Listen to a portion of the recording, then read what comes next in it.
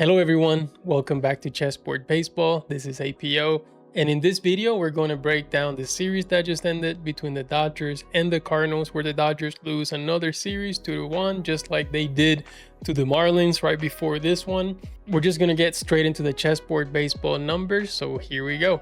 So yes, the Dodgers lost the series, but as we always do with every series, we're going to pick the MVP or the person with the highest score according to Chessboard Baseball. And in this series, it was Max Muncy once again. And Max Muncy has been really good. I mean, unbelievable in the last, I don't know, I want to say last last four series. He's really been the most consistent player at the plate, putting amazing plate appearance after, well, I don't know about amazing, but he's putting quality plate appearances consistently, and he's doing that, and just an amazing job. Now he continues to hit 5th and 6th in the lineup.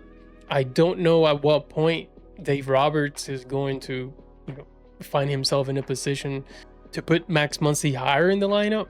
Right now, I don't know if hitting behind Tucker, behind Pages, behind Hernandez is the way to go. I can understand maybe if you go Ohtani, Freeman, Smith, and Muncy. Now, I can understand also the hesitation of going so many lefties, but if you have a righty matchup, why not go with all these lefties that are hot? Tucker maybe 5th, and then Hernandez and Pages, because they're not as consistent. Although we'll talk about Hernandez. Hernandez has been really good as of late as well. The last two series, Hernandez has been consistent in putting up quality plate appearances, to my surprise, because I really thought he wasn't capable of doing that on a consistent basis. But for the last 2-3 series, Hernandez has been really good. He was even the last series MVP, so Hernandez has been good. But yes, this series, the MVP, according to Chessboard Baseball, once again, is Max Muncy. Now let's look at the numbers for everyone else.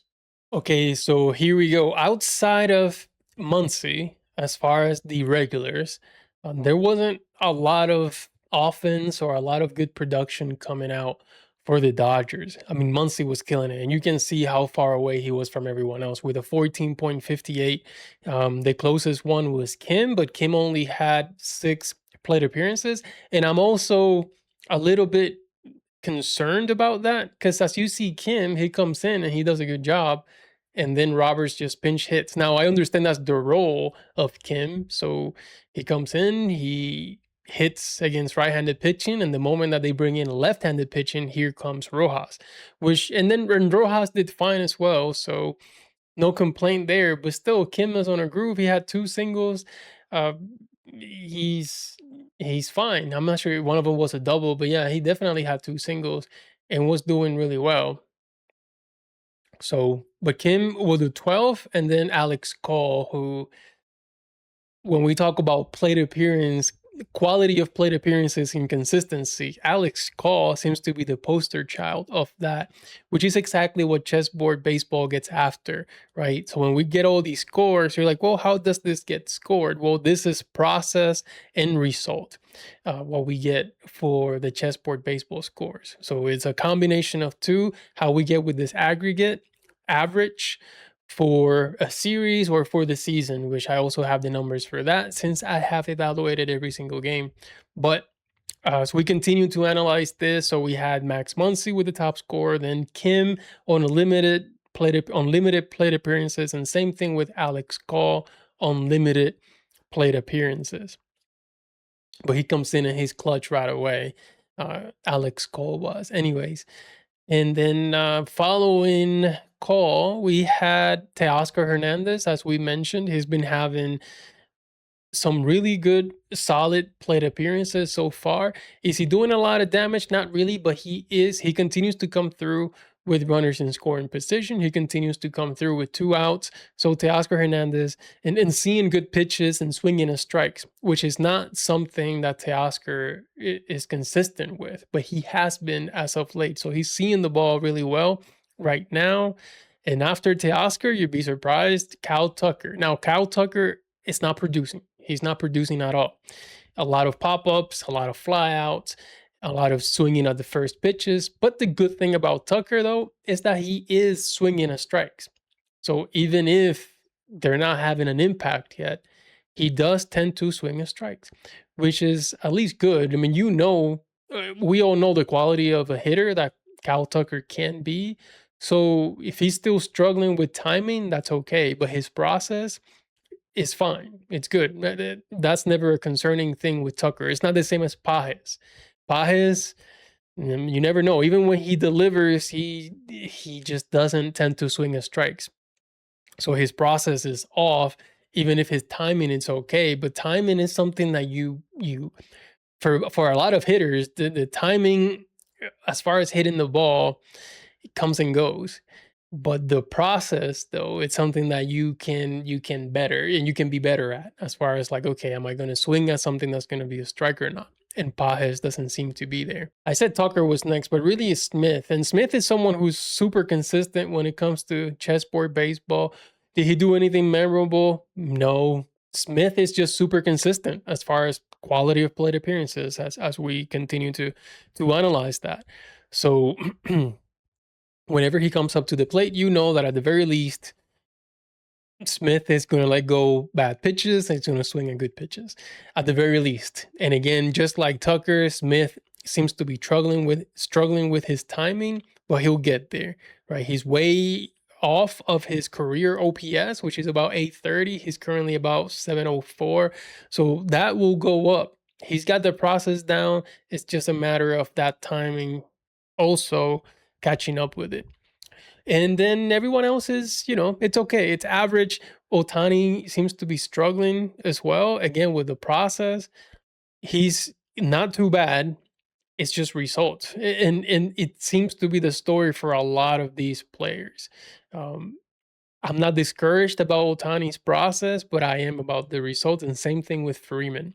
Now, during this series, the Dodgers just seem to hit into a million double plays. I don't know why that kept happening, but it kept happening. But it's again a product of results not coming yet with their bats. And they were still able to get a win out of this series. I thought the Cardinals were going to sweep them, but hey, they got one win. And with how the offense is doing, that's okay. And then everyone else is just in the middle. I mean, I always tend to have like instead of the MVP, like who had the lowest score. But here you could say Espinal, right? It was really bad, but it's only 2 plate appearances, so it's not fair to him. Although there were 2 really bad plate appearances, a -7 and a -6. It was only 2, so I can't do that to him. Freeland, same thing. I mean, it was this last game was really bad, hitting into double plays, striking out, just not really good plate appearances, but he tends to have quality plate appearances. Who else was pretty bad? I guess out of the people that were consistent, it's Freeman. Out of the ones who played a lot, Freeman maybe had the lowest with an 8, a rook average score of 8. But that's it. Yeah, everyone seems to just be average, and average is not going to cut it for this team right now. This is about the 3rd series in a row where offense is just not giving you what they're capable of, with the exception of Max Muncy, who just seems to be delivering and putting up the best plate appearances every time he comes up to the plate. But that's about it for this one. And I would do also the least, what was it? The best plate appearance of the series, but I mean there really wasn't any. I mean, as you can see here, yeah, a 23, but I'm not seeing home runs. I'm not seeing quality or outstanding plate appearances. Everything is just meh. I don't know.